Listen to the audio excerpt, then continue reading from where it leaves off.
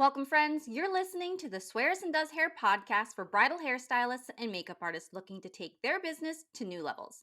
Here we tackle topics such as mindset, finances, balancing business with motherhood, and healthy strategies to keep your body and mind supporting your business rather than holding it back. I'm your host, Sue Minsky, business coach for bridal artists and creator of the Next Level Bridal Business Program. Thanks for joining me. I can't wait to dig into today's topic, so let's get started. Hey everyone, welcome back to the Swears and Does Hair podcast. I'm your host, Sue Minsky, and we are about to start episode number 70.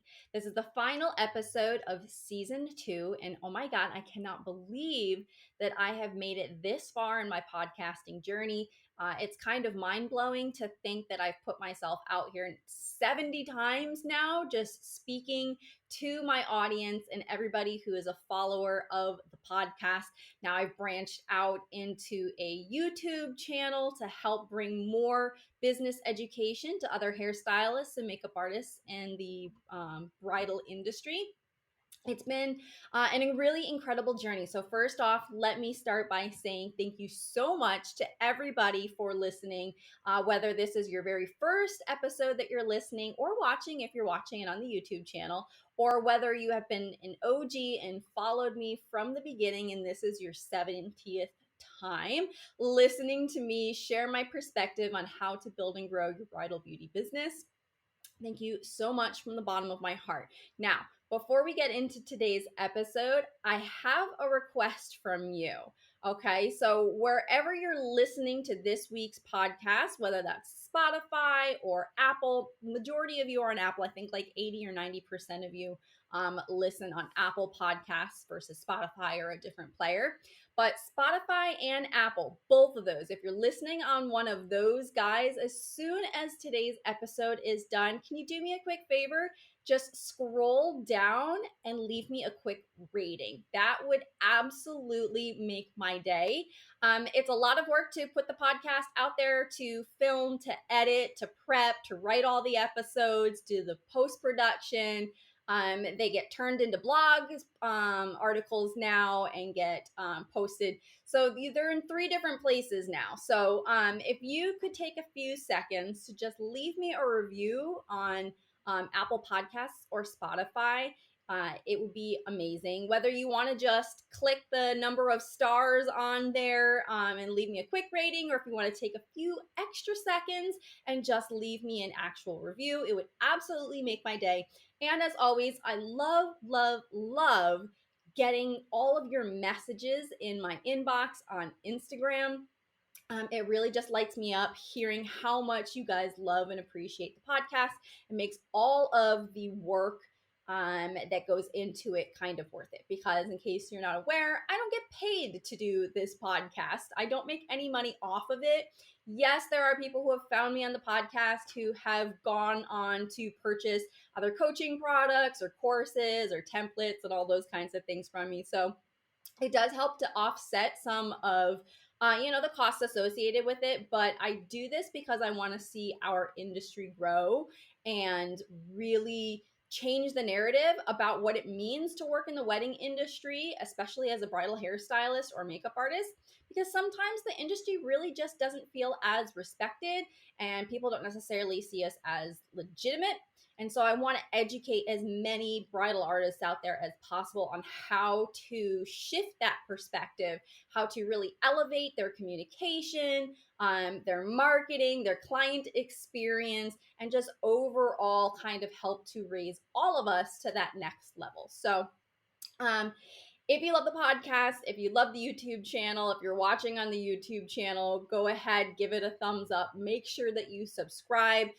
All these little pieces of the puzzle really help to support the continued growth of this show. So all of that being said, season 3 will be coming back in a couple of weeks. I'm undecided on the exact start date, but it looks like we're going to take about 6 or 7 weeks off. I say we like there's anybody else that's a part of this. I do it all myself, but I will be coming back hopefully with some really amazing guests. I'm reaching out to people now and kind of starting to schedule those interviews and stuff like that. So we will be jumping back more into the interviews. I know I dropped off from that in this season. Season 3 is definitely going to have more interviews, I promise. So in the meantime, though, you can always go over to the YouTube channel and you can make sure to subscribe there first, and like this video, and then also there's going to be some YouTube exclusive content that will be there in the coming weeks. So you can continue to grow and expand your education even while the podcast itself is on break. So again, you can get the continued education through the blog and through YouTube during the break. Otherwise, I will be back sometime in October or November with more audio podcasts on Spotify and Apple and Google and all the wonderful places that technology spreads the word for me and that I don't have to do it manually myself, because it would be like, hi, it's on Apple. And that's it. That's it. If I had to go and do all of this myself and I couldn't just use technology to put it out there in an RSS feed, you'd get it in like one place and that's it. So, what are we talking about in this final episode of season 2, number 70? It's still kind of like blowing my mind here, but we are going to be talking about brides who don't listen. When you speak, when you email, when you write stuff on your website or put things on your social media, and brides just like, they act like they've never seen it and they don't know this information. How do you deal with it? I am a lurker in a lot of Facebook groups. You also see me post a lot. I try and share as much information as I can that I think will be supportive and helpful. Sometimes I'll jump in there and tell people things that they really don't want to hear, but whatever. I'm not going to kiss anybody's ass because I don't believe that's helpful.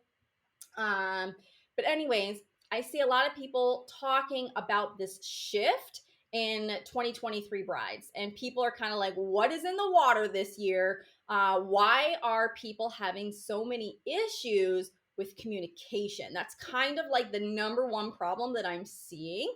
And brides ghosting even after they are contracted and they've paid this big retainer and they've signed this contract. And a lot of these artists are like, I can't get my brides to email me back. I can't get them to call me back or anything. I need all of these details and things like that. So I've seen a huge number of artists struggling with that. A lot of people in my own community and people that I interact with and talk with, and kind of like, what are you struggling with? What are some great topics? What can I create trainings around and things like that? So the number one thing is really a lack of communication. So I'm going to talk about a couple of great resources that I think you can start putting into play in your business.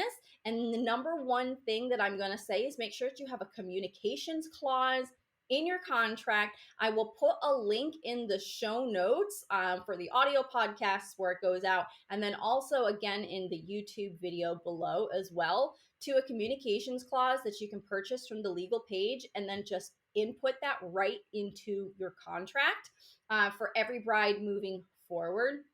I think it's a really important piece to have in there, since communication does seem to be an issue. And essentially what it's saying is that failure to communicate certain details can result in the cancellation of a contract. So if you are somebody who is struggling with a bride getting back to you, I know your first instinct is to be like, no bride is worth this, and my mental stress this, and my mental stress that, and whatever.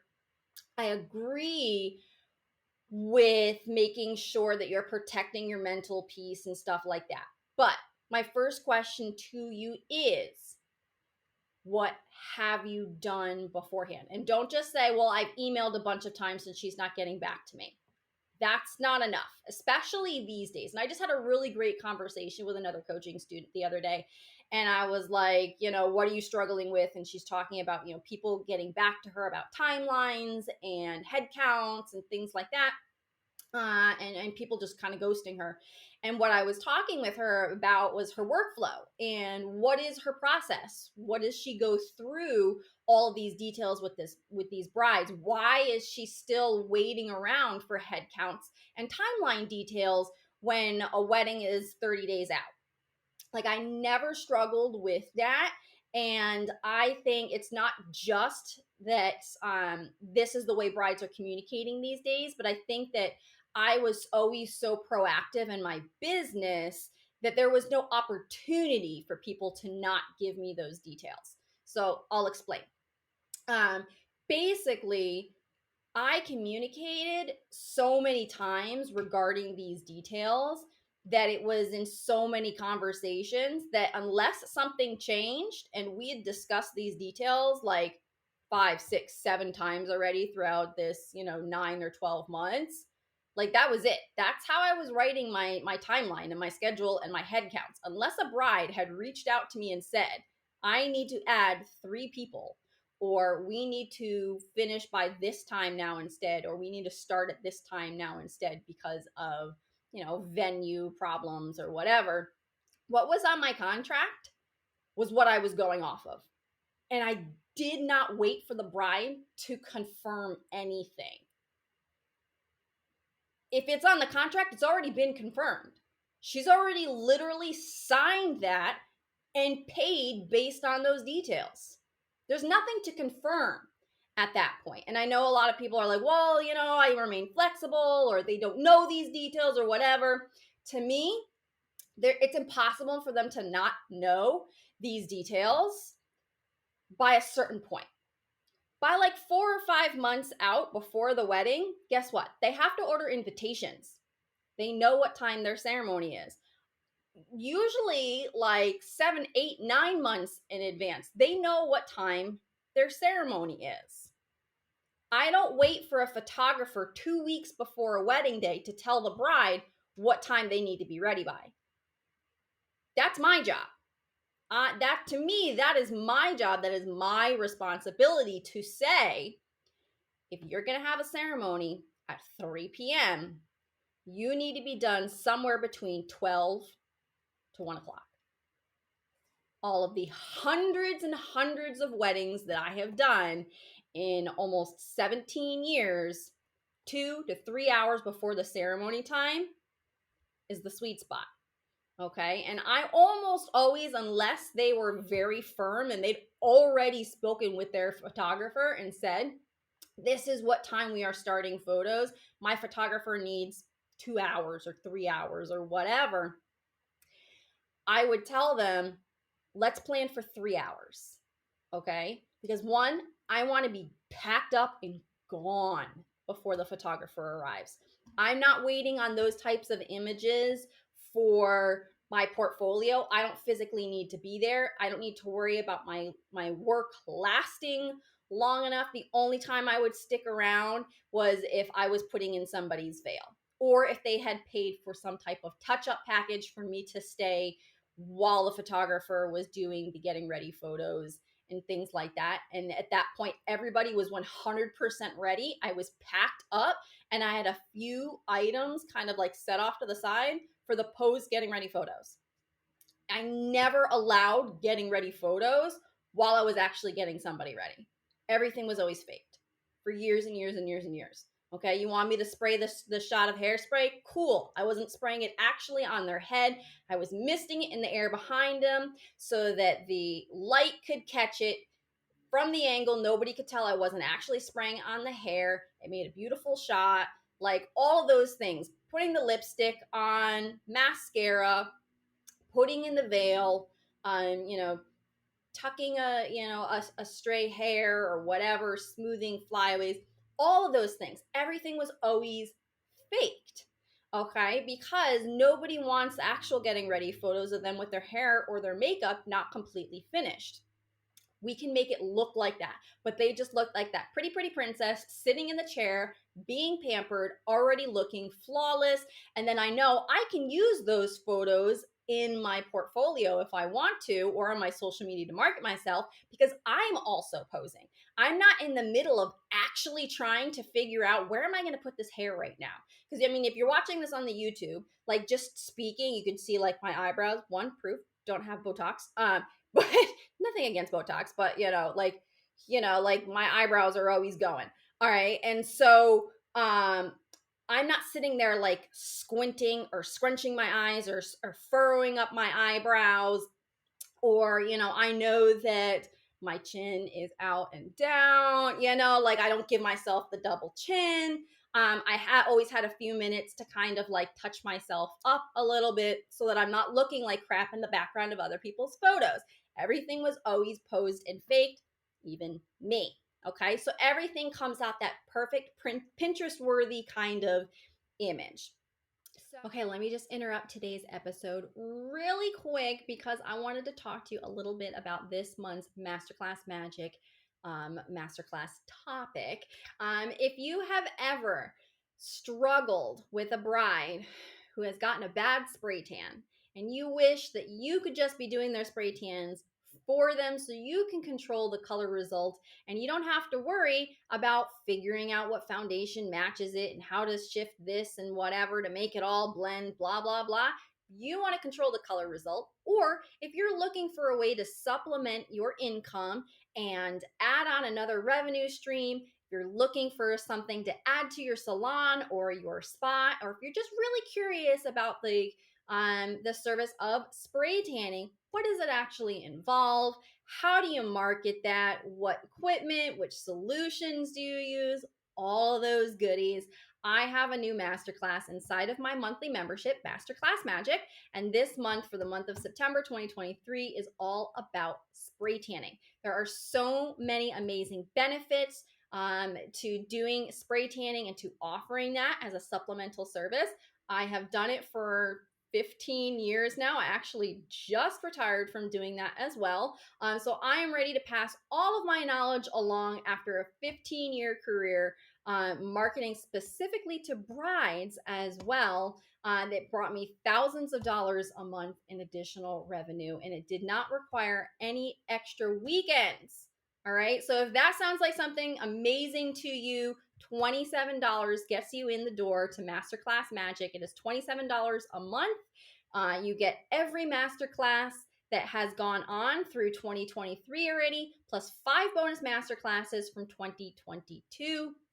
And then every month it just renews for $27 and you get the following month's masterclass as well. You're free to cancel at any time. You can also purchase a 6-month membership. You pay for 5 months and you get the 6th month for free, or you could prepay for an entire year and you prepay for 10 months worth and you get 2 months for free. So if spray tanning is something that you're interested in learning about, go ahead, click the link in today's episode description, learn a little bit more about the membership and what other topics, or if you're like, you know what, maybe $27 a month sounds like a really great deal for continuing in-depth education on different topics. What else does she talk about? There's a whole list of everything that we've talked about already for the year 2023, everything that's coming up for the rest of this year, and then soon to be released will be more topics for all of 2024.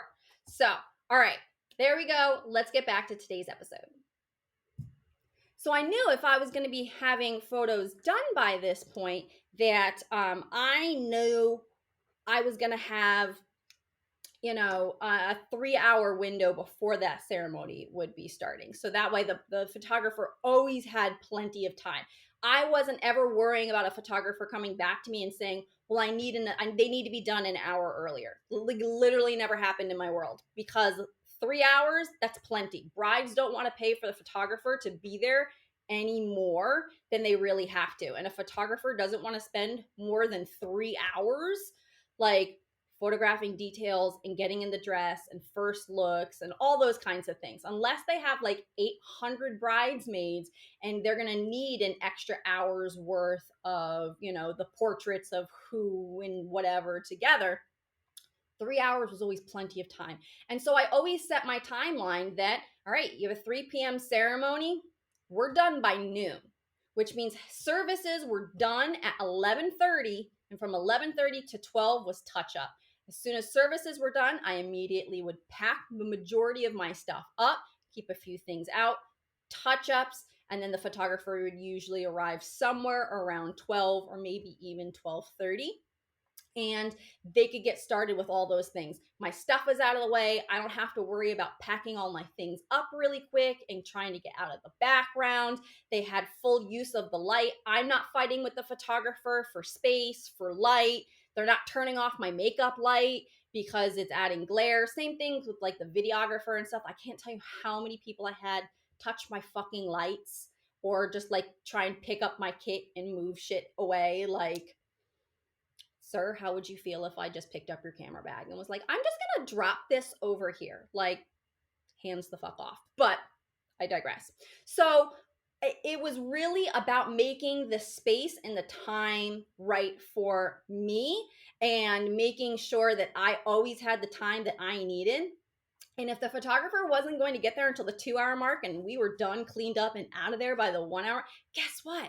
She has an entire hour to relax and spend time with her bridal party. I didn't have to worry about bridesmaids being like, oh my God, photography is going to be here in 20 minutes already, and worrying about timing. Like, they weren't trying to rush the process, things like that. Almost every single wedding that I work on, I mean, even to this day when I assist, because I assist with people who have these same processes, the bridal party is like, wow, this is so relaxed. This is so not stressful. We have so much time still, before the ceremony. Like, things aren't rushed. That was always kind of like my big selling point and my big thing in my business was I'm not going to rush. I'm not going to rush you. I'm not going to put stress on myself to get done and things like that. So I could always write a timeline 6 months before a wedding, and that was it. Because guess what? The timeline was based on what was on my contract, and I am not redoing shit. Okay? If they want to add somebody, absolutely. They can go ahead and they can add up to a certain point. Now, everybody's business is going to be a little bit different. I recommend somewhere between 45 to 90 days before the wedding day. And I always said that I could add people with the caveat that I needed to guarantee staff first before they could add. And I would always let them know, hey, we may not even be able to add anybody to the schedule if you try and tell me 45 days out, I want to add my grandma. I want to add my mom. Can we add my stepmom or these people or whatever? They want to know if they can be added. I tell them there's a very real chance that the answer is going to be no. So, do you want to get in touch with them now and double check with them? All right. And usually, also I had staffing, like guidelines and stuff like that with, if there's this many people that are going to be there, my initial assumption is that everybody's going to want hair and makeup. How many staff do I need for that? And I would proactively make sure, okay, if this is going to need 4 artists, let me make sure I have 4 artists. Even though they haven't confirmed that many, I want to know, all right, I may only need 3 artists for this contract, but who could my 4th artist be based on the size of the bridal party? Everything really needs to be proactive so that the bride, you don't need the bride for anything. Like, you just need some details from her, and then she kind of just signs on the dotted line and says, yes, this is what we're doing. You write your timeline, you let her know you have this many services, this is how many artists, you charge for the artists, you charge for the number of services, this is how many hours it's going to take to be done by 2 hours before the ceremony or 3 hours before the ceremony. This is when we're finishing by, this is when we're starting by. All of that should be finalized and done when you sign a contract. I'll never understand people who allow blank spaces on a contract. Maybe it is just because my husband and I have been together for like 20 years now, and his mom's a lawyer, and his mom was a full-time lawyer when we met back in high school and stuff like that. And I, like, all 3 of us are like, I ain't signing shit until I actually like read everything. And just the concept of, having been in a family that deals with those details. And my husband works for the patent office. And, it's his job to communicate with lawyers and to make sure things are filled out properly and completely. And he audits things from other examiners and stuff like that. Well, he'll be like, well, you didn't do this properly or whatever. And so we're just all very like type A and things like that. So the fact that some people are like running their business and allowing blank spaces on a contract because a bride doesn't know yet, Like, you're opening yourself up to so many potential issues. Don't do it. Just say, look, I need these details. We cannot move forward with the booking without these details. And these are the details that will be in place until the day of the wedding, unless you contact me to tell me that there's going to be a change. Don't ask for a bride to confirm something 45 days before the wedding. If it's on the contract, it's been confirmed. She already signed that shit. You have to go to court. You can be like, well, this is what she signed. This is what she said. That's what I did. Okay? She can't claim anything else. She can't request anything else and expect it to be upheld if it's not already in the contract. So when people are saying, I want to add people, we need to change timing, we need to change location, absolutely. If you can fit that in, cool. Go ahead, make those changes, put it in writing. Add an addendum to your contract and say, all right, here is the breakdown of the changes. Right, I already had one that was a template, and I could, within 30 seconds of her saying we need to add 3 people, cool, here's the addendum. This is saying these 3 people are being added. Here is the additional cost, whether we need an additional artist, how it affects the timeline, what the old timeline was, now what the new timeline was, if there was a change to location, any of those details, anything that was changed. Here is all of the changes that we are making as of this date. She has to sign it, and then she has to pay a retainer on those added services or on those changes. And then depending on how many times she has gone back and forth between adding or changing or whatever, there may be administrative fees. I say, absolutely, we can go ahead and we can add all of that. This has been our 3rd contract change. There is now an admin fee of $50 for the additional time for me to have to go back and edit and change all of these things. So if you're worried about people coming back to you and changing things a million freaking times, because you require a certain head count or you require a certain thing and things change because they're flexible, that's because you're allowing them to be that flexible. Okay, just put some boundaries in place, just put some guidelines in place and say, this is the last possible date that you can make changes to headcount. This is the last possible date we can make changes to the timeline or the location or whatever. The only confirmation, so to speak, that you should be sending out is like maybe 7 days or 48 hours in advance and just saying, hey, can't wait to see you Saturday, Friday, whatever day. We are going to be doing hair and makeup for X number of people at this address.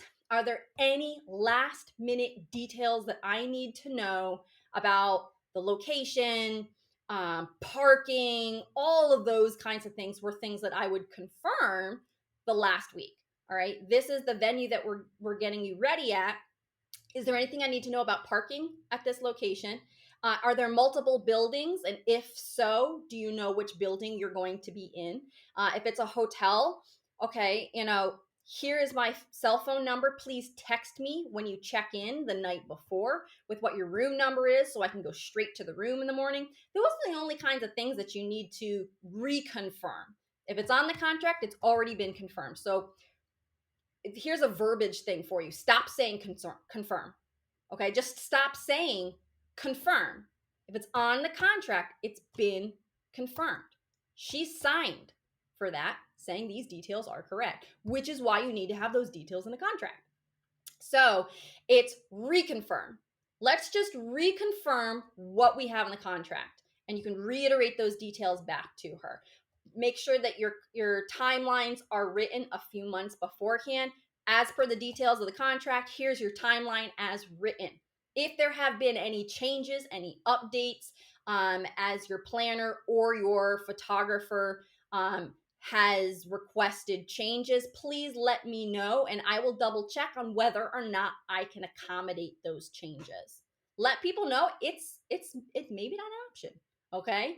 And you give people less space to walk all over you, and they won't be able to because there's no space there. Okay. You're giving them a boundary right away. And this is how you get people to follow through, and how you get people to communicate early on. And if they're like, well, I don't know, well, we can't move forward until you do know. Or, all right, well, how many are definite at this point? And you can let them know I will continue to hold this space for 24 hours, 48 hours, however long you feel comfortable with holding a date. And just let them know I can't send you a contract unless I have head count and unless I at least know what your ceremony start time is, so we can set your end time at 3 hours beforehand. That'll give us enough wiggle room in case things change closer to the wedding day and your photographer doesn't need the full 3 hours, or you don't need to travel from the getting ready location to the ceremony and do all of the pre-ceremony photos and things like that. So, and my brides would be like, my God, that sounds like so much time. Cool. I know it is. But you know what? This is also going to make the wedding day so much less stressful for you. Because here's the thing. And I think this is one of the reasons why so many people this year in particular are running into communication issues. Brides are getting burnt the fuck out. Okay. And years past, there has not been so much social media consumption around weddings. Now on TikTok and Instagram, you have reels and you have all of these trends and everything in your face all the time. If somebody has been searching for wedding stuff, all it takes is a few likes in the algorithm and it's going to start pumping more and more wedding related content into your feed. They have been absorbed in Pinterest and TikTok and Instagram and Facebook groups, all of these details for so long and so many months that by like 3 or 4 months before the wedding, they're done. They're done. They don't want to think about it anymore. And so if they have 20 different vendors all coming at them 3 months before their wedding saying, we need to confirm these details, guess what? They're not going to want to do it. They're not going to want to get back to you. They're feeling burnt out. They're over it, and they're going to put it off for as long as possible. So this is why having these conversations and letting people know these are the details and these are going to be what I work from up until the wedding day, until you tell me different, then they're like, good, off my plate, off my mental plate. I don't have to think about it anymore. I don't have to worry about confirming a million fucking details for everybody and their brother all at the same time. Don't leave it to last minute. Okay, so this is how you can be super proactive and provide that extra concierge luxury high touch kind of service of saying, look, I'm not going to be like driving you crazy about all of these details. Until you tell me something has changed, I'm going to assume this is the way things are. Okay. And then the ball is in the bride's court. If things do change and she needs to reach back out to you, cool. You handle it from there. Don't be afraid of her not getting in touch with you until the last minute and then you can't accommodate the changes because you weren't in her face about it. Because if you structure your workflow to have check-ins and you're not asking to confirm, you're asking to reconfirm, or you're reiterating and saying, all right, here's all the details. Just a quick reminder, your last day to change any of these details, if there have been any updates, is XYZ date. Okay. And you do that 3 or 4 times every 30, 45 days throughout the process and just saying, hey, just touching base, just checking in with you. As a reminder, your last day to make any additions to your head count is XYZ date. Right now, our end time is at noon. Your ceremony is at 3. If there's been any changes to those details, please let me know and I can double check to make sure that I can accommodate that. And as many times as you say, let's just reconfirm these details, always make sure you're following it up with, I will check and see if I can accommodate those. It plants the seed early on and waters it throughout this entire interaction that you're not at their whim. Okay? We may actually be, if you're like myself and many other vendors, we don't book any other weddings on that same day. And we might be flexible, but we're not, on our knees in front of the bride being like, I'm here to serve you. I am at your beck and call, whatever you need all day long. That's not necessarily the customer service that we think it is. that's lacking boundaries. Okay, we might be able to actually say, hey, you know what? I'm not doing anything else. If you need me to get up an extra 30 minutes earlier, or if you need me to start 30 minutes later, or whatever, any of those kinds of things, we may be super flexible and totally chill with like making all of those changes. But if we just put it in the bride's mind of, I'm yours to command throughout the day, and I will let you change details as many times as you want to be flexible, guess what she's going to do? She's going to put things off, or she's going to change stuff a lot, and we're going to be the ones, like waiting until that last second going, oh my God, she's not emailing me back. I can't do my job. Okay, so it's not necessarily about brides who aren't listening. Okay, I like to be a little tricky in my podcasts here, where it's like, here's the topic that we're going to talk about, and then throughout the conversation, it's like, this is actually what not the problem is, or hello Yoda speak. This is not what the problem actually is. This is what you think the problem is, but here's how you're actually creating this problem in your own business. And now here's some proactive steps for how we can actually fix that. How can we change things? What can we do better in our situation? I know I've mentioned before in different trainings and podcasts and things like that, but if you see a repetition of things happening over and over and over again, and it seems to be a pattern, it's usually something that you're doing that is allowing the situation to happen. Brides don't have a hive mind, guys. They don't all just suddenly decide, this is the year I'm gonna fuck with my vendors. This is the year I am just not gonna respond back to anybody. What is going on?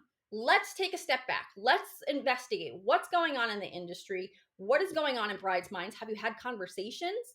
It was a problem that one of my coaching students was going through, and she had this bride who, like, in February, okay, so February of 2023, she has been trying to schedule a trial with this girl, and she was like, well, based on your hair that you send me photos of and the images of what you're looking for, your inspiration stuff, you need extensions. There's no way we can recreate that look without extensions for you. So you need to order these extensions before we can do a trial. Okay, so this is back in February, guys. This is being filmed in September. All right, so from February to September, she was like, here's where to get the extensions. Here's the color that I recommend for you based on XYZ and whatever. And the bride just kept putting things off. And then at the beginning of the summer, she was like, hey, we have to schedule your trial. Have you ordered the extensions yet? And the bride was like, no, I've just been putting it off. I haven't done it yet. She kept emailing her and checking with her and checking in with her and checking in with her. And she's like, what the fuck do I do? She was like, this girl hasn't ordered her extensions yet. We can't schedule a trial. And this girl had a really strict schedule of availability of when she could even come in for the trial. And she was just like, I don't know what I'm going to do. I don't know how I'm going to get her in here before her wedding. We may end up doing it like the week of the wedding kind of thing. And this was a situation where this bride really needed a trial for this particular hair look to make sure that the extensions were going to work correctly. She was undecided, like yada, yada, yada. She really needed a trial. So she finally got her in, and it was like less than 30 days before the wedding. And she was just talking with her, and she was just like, hey, like, what was kind of going on? It's been like 6 or 7 months that we've been talking about this. Was there something that was holding you back? Was there something that was getting in the way? She wanted to understand why her bride was behaving this way so that she could identify where in her process maybe she could change things. Could she maybe create a PDF or have a different conversation early on in the conversation about, here's where to order extensions from, here's the conditions when you would need an extension, or like what information could she put out there maybe on social media, in emails, prep guides, PDFs, whatever, to help facilitate brides getting their extensions so it doesn't keep getting put on the back burner. She was like, I'm not going to let this become a habit. I'm not going to let this become a situation that I see repeat itself all the time and stresses me out. What can I do? And she was having the conversation from that point, and the bride was just like, look, I'm just so burnt out. Like, I'm so over it. I am so ready to just go on my honeymoon and just be done. I'm just done with everything with wedding planning. And I was like, yeah, that was always a conversation that I had with a lot of brides within the last 30 days before their wedding. I mentioned before I used to, work behind the chair, and I would do a lot of like last minute haircuts. And, the brides would come in a couple days before the wedding and just be like, okay, you said we needed face framing pieces. You're doing my hair. You know where those face framing pieces are. Let's do some face framing. And then they get like a blowout or something like that, or a deep conditioning treatment, or a glossing treatment, or a facial extensions, all those kinds of things, spray tans. I used to do it all. Okay. So I would see them a lot within that 30-day mark or within that 1 week before the wedding. And they were always, even 15, 16 years ago, when it wasn't this bombardment of wedding related stuff on social media, every time they open their computer, every time they open their phone, there's another email, there's another text, there's another, DM, somebody needing something from them. Okay. They would just be like, I'm so over it. I'm so ready to be married. I can't wait for it to be there, or to be here, and to go ahead and just get this shit done.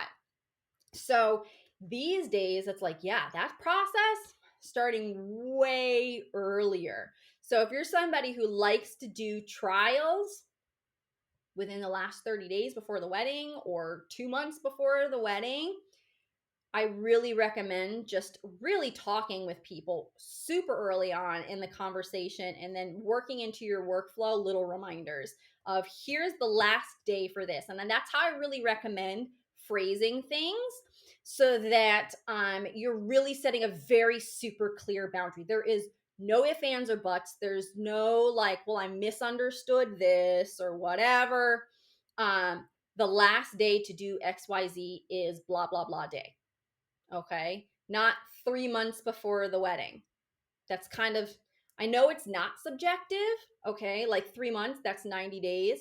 What if it's a 30-day month and a 31? Like, like people will be nitpicky, or they'll just like, they'll think in their head like, okay, it's a July wedding, so 30 or 90 days or whatever, 3 months beforehand. Oh, that's sometime in like April. And then they think that they have the entire month of April to get something done. And it's like, nope, as soon as April is done, May has come around, you're within 90 days. So be super clear about due dates. The last day to do this is XYZ. If you're waiting for people to get back to you with communication, give them a deadline. Not just say, hey, checking in, I need you to confirm these details. Please get back to me as soon as possible. As soon as possible can mean something completely different to them than it does to you. If I have not heard back from you by XYZ date at XYZ time, I will move forward with XYZ details as per the contract. Or if you have not scheduled your trial by XYZ date, the trial must be held by XYZ date, or it must be booked, like scheduled, like physically pick the day and time by XYZ date at XYZ time. You will forfeit your right to a trial, and you will not receive a refund for any, trial fees paid, or XYZ clause in my contract will take place. Whether a lack of a trial means they don't get any refunds, if any added fees for extra length on the wedding day to accommodate a last minute trial on the wedding day applies, like whatever your policy is. Or if you're like, I don't fucking care, whatever, I'll just show up. But guess what? You should have an artistic differences clause in there as a reminder. If by not doing a trial on the, before the wedding day, or by XYZ date, and waiving your right to a trial on the wedding day, if you don't like what I do, there's no refunds. There's no canceling, like whatever your policy is. Okay. So you have to make sure that you have things in your contract that are already protecting you, and are already like repercussions that are literally already written into it. If you don't do this by this day, this happens. That is the purpose of a contract. It's not just necessarily protect you if you need to go to court. Like, we never want to get to that point, ever. We never want to have to take somebody to court. That's really bad for our business reputation. It's stressful as fuck. It is really expensive and it is time consuming. Taking people to court is not like you show up on that date 30 days from when you file or whatever and it's resolved. Like it takes months to years to get a resolution. Okay, so court is a very, very last ditch effort. We don't ever want to have to resort to that. We want to have consequences put together in our contract beforehand so that we can point to it and say, hey, you agreed to this. You agreed to this rule. You said you would schedule your trial by XYZ day. And that's why I recommend this specific date, not 90 days or 30 days or 3 months. Like, give them a hardcore due date. Like, a credit card doesn't say, please pay this within a month. It says, payment must be made by 5 p.m. or by midnight on XYZ date. Give people very hardcore, specific due dates for things if you want them to follow them. Not everybody's going to do it, okay? But at least you can go back to your contract and say, you didn't follow this. Here's the consequence. So you're not sitting there going, what do I do? It's already in your contract. You already know what you're going to do. You already know what to tell the bride. It's going to happen from there. So when you have these situations that are popping up, whether it's lack of communication, whether it is delays in getting details to you or not scheduling, or people not shampooing their hair or prepping their skin properly, or whatever these situations are where people aren't, quote unquote, listening to you, the very first step I want you to think of is, what can I do to prevent this from happening again? And sometimes the only answer is, don't work with that bride again because she was the problem. All right, that's not helpful. Okay, pointing the finger at the bride and saying, well, that was just her fault this time. Cool. What about next time? What about next time? What if you get another bride just like her? You didn't know she was going to be like that. There's a chance you could get another bride just like her. Okay, so what do we need to do? How do I need to change things? Do I need to add anything? Do I need to update my workflow? Do I need to add things to emails? Do I need another reminder email in there sometime? Do I need to have an entire separate bold print page in my PDF saying, please wash your fucking hair? Okay, like sometimes it really is, you need to have an entire page. Please wash your hair. Like, they can't miss that. It's not in a little teeny tiny paragraph. It's not a subscript. It's not a postscript on an email. P.S. Make sure to tell your bridesmaids that the hair needs to be clean and dry. It's not hidden in a contract somewhere or something that you bitch about after the fact on social media, on TikTok or whatever in your rage reels. Okay. It's bold. It's right there. It is part of the prep document, an entire page dedicated to it. This is important to me. This is an important detail. Please wash your fucking hair. Don't put the F word in there, okay? Unless your brides are cool like that and they're cool with you saying wash your fucking hair. I doubt that. So this is why hair needs to be clean and dry. Some people don't understand the why, okay? They will think they know better than us, okay? Have you ever seen the episode of, I think it was maybe The Office or Parks and Rec or something like that? The guy with the mustache and the beard or whatever. And he's at like Home Depot or something like that. And the guy asks him if he needs help. And he's like, I know more than you. Okay. Some of our bridesmaids, guys, act like that dude. It's not their job, but they think because they watch TikTok or Instagram or YouTube or whatever, or their great Aunt Sally went to cosmetology school in 1984, dirty hair is better. Or because the only way that they get their hair to look good themselves when they do it is when their hair is kind of dirty because they don't understand how to prep it. They don't understand the right products. They don't use good technique. They don't use high quality tools. So of course, it doesn't look good unless they do it this specific way. And they'll try and tell you, well, no, my hair is special. My hair is special. I don't need to follow your rules. I already know what I'm doing. My hair is special. I'm a special snowflake and I'm one of a kind and none of your rules apply to me. And they will just have that attitude. Okay. So if you just tell them, please wash your hair, they may think, well, fuck you. I know more than you. Okay. I know my hair. You don't know my hair. All right. And they'll do what they want. and then it doesn't work. And you're like, I told you to wash your hair. But you didn't tell them why. You have to make it be, well, what's in it for them? Why should they listen to you? What is the consequence? What is the result? Like, what is the why? What's in it for them to change their behavior so that you have a better experience? Because they don't give a shit whether you have a better experience. They want the experience to be good for them. So put a page in your PDF that says, here's why washing your hair the day before or the morning of will give you the best hair of your life. Put it into context. Who doesn't want the best hair of their life? If somebody said, this is how to get the best hair of your life, look, I'm going to read that and I'm going to do it. And I'm going to see if they know what they're talking about. And then I'm going to sit down and hope that I get this result. Like, what's in it for them? You want people to listen.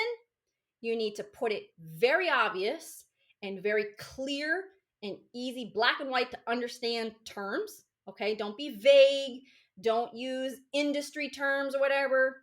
Layman's terms, black and white, very clear, can't miss the details. And then you have to tell them, this is why. This is what's in it for you. Them as the person. That's the you I'm talking about, not you as the artist. They don't care. All right. You want people to follow your instructions. You have to tell them what's in it for them for doing that. All right. What is the, cookie after the potty kind of thing? Like potty training, like if you've ever trained your kids on to use the toilet, or even just remember from your childhood or whatever, you use the potty, you get a cookie or a toy or a sticker or whatever it is. What's the cookie after potty? All right. Why should they follow your instructions versus thinking they know better than you? All right. So, also when it comes to deadlines, all right, do we need to shift those at all?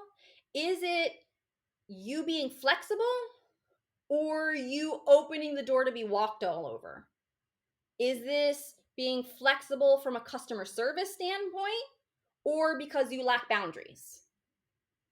Okay. Why are you so flexible with things? And some people will be like, damn, Suzanne, you're like a bitch, like you're real hardcore.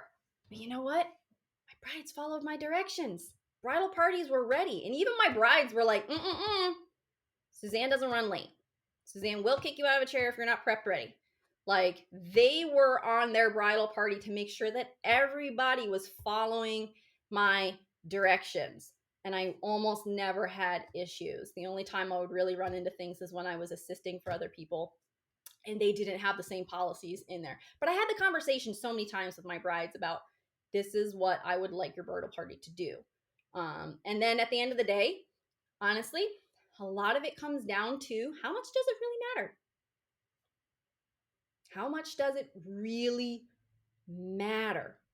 Why are you getting so upset about it? And it's a question I ask to people in Facebook groups a lot of times when people get on there and they're just like, and they're ranting and they're like, then I see this all the time or whatever. And then I ask them, why are you so angry about this? Why is this bothering you so much? And then they'll be like, all like, oh, actually, it's really not, it's not bothering me that much. And it's like, okay, well, reread what you wrote. You've gotten kind of like, you're aggressive or you're sounding and you're coming across really confrontational, really angry about this situation.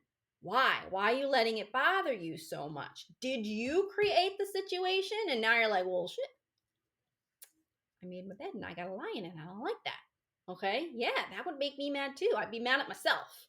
And then you have to spin it and be like, okay, well, what can I change for next time? Or if you did everything you actually possibly could and the situation still happened, it still happened. Why are you so mad about it? How does this affect your life once you go home? Is this going to matter 30 days from now? You might still be salty about it. Yeah. 30 days from now, there are brides who like 2 or 3 years ago where there were weddings or, bridal party members or whatever, where I'm still like, ugh,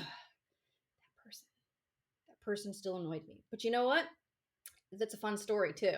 It was a learning experience. I can talk about it with my coaching. I can vent about it. I can share a story on a podcast about the crazy mother-in-law. who did XYZ or whatever.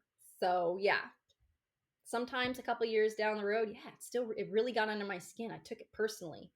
Do I want to hold on to that forever?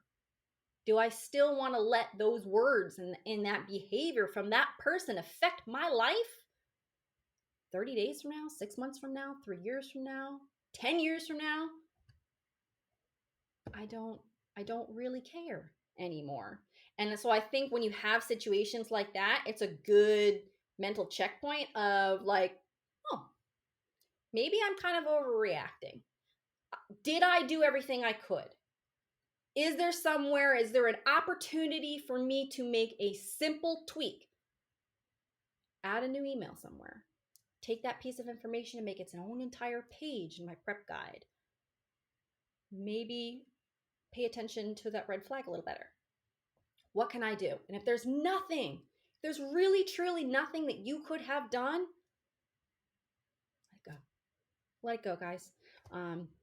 That's probably one of the best pieces of advice I think I can give you is learning to let go, learning to dissect a situation and go, how much does this really matter?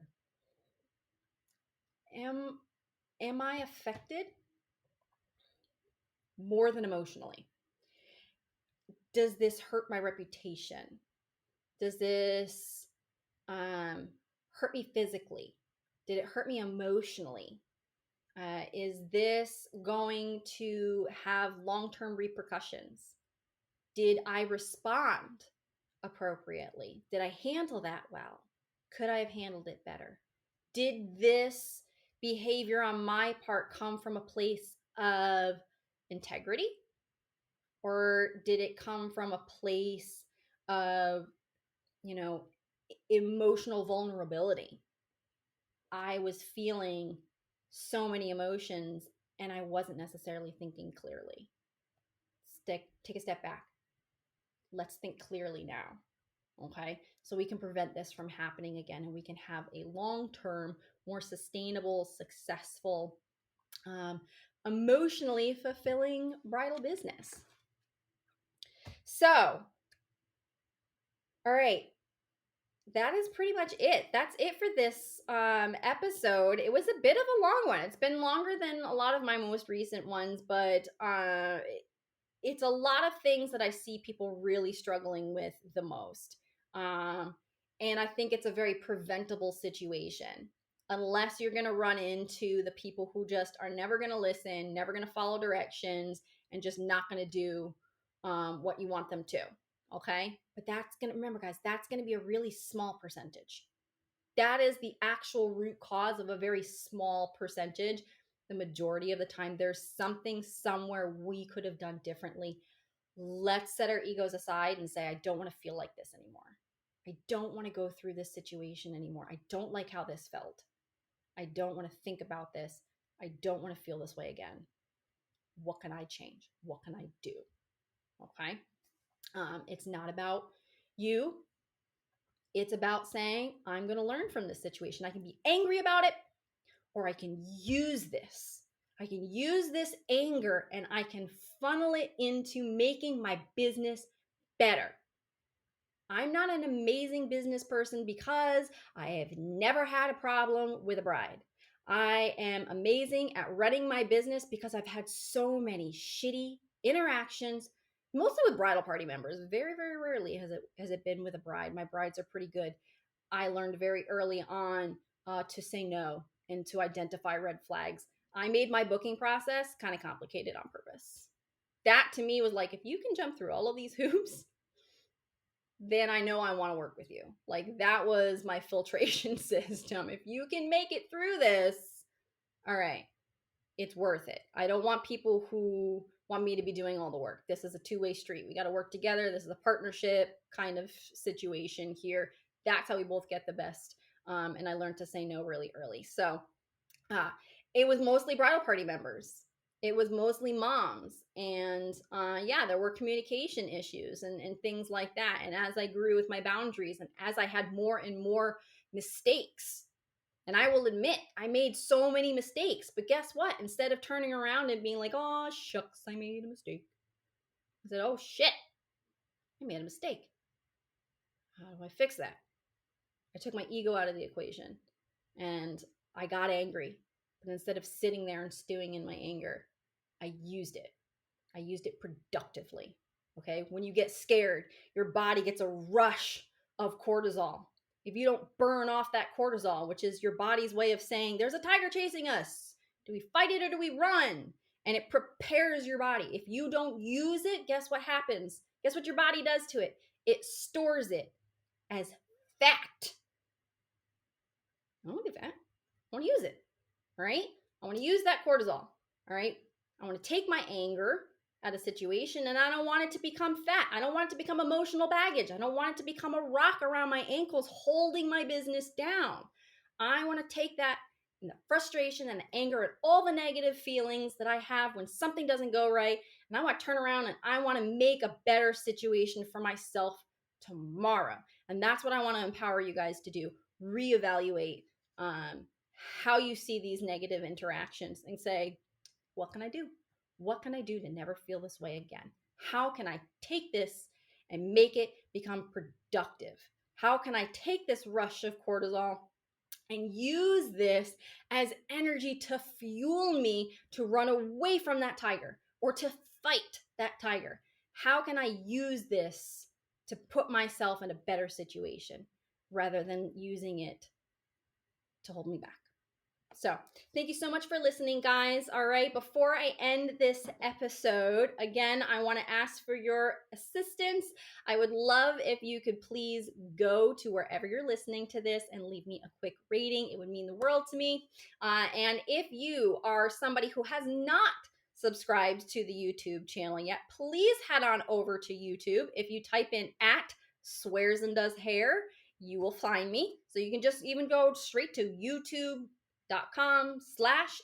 you have to put the at symbol, Swears and Does Hair. It'll pull up my page. Go ahead, subscribe to the YouTube channel. There is going to be exclusive YouTube only content coming out over the next few weeks.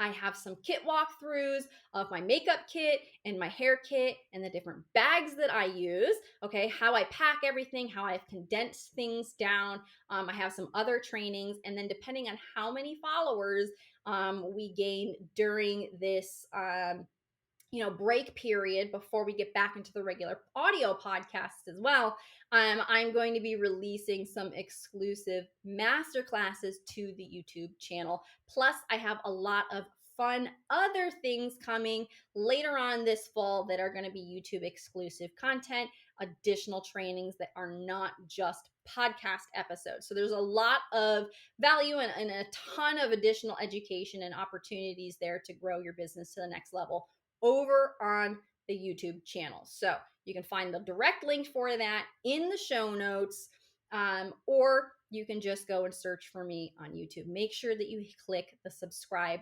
button because a lot of these details are going to be based on the number of subscribers that I get. So the more subscribers that I get, the more valuable free content that I will be giving to you guys. Okay, so thank you so much for listening. Oh my God, again, the end of season 2, 70 episodes. 70. It's kind of crazy. But thank you so much for joining me for this incredible ride. I am so, so thankful for you guys. And I will see you guys back in a couple of weeks for season 3. Thank you so much for tuning into today's episode. I hope you feel empowered, knowledgeable, and capable of handling anything that your business throws your way. Don't forget to subscribe to get access to new episodes as they are released here on YouTube, or tune in on Apple Podcasts and Spotify for the latest conversations. Love today's episode? Let me know. Leave me a comment and tell me what your biggest takeaway was from the conversation. Have a request for a future topic or someone you'd like to hear me interview? Find me on Instagram at BeautyBizCollective and drop me a DM. And if you're hungry for more actionable content to help you grow your bridal business, click the link in the description below this video to sign up for my free on-demand training to learn how to book better quality brides faster, easier, and with less stress. See you next time.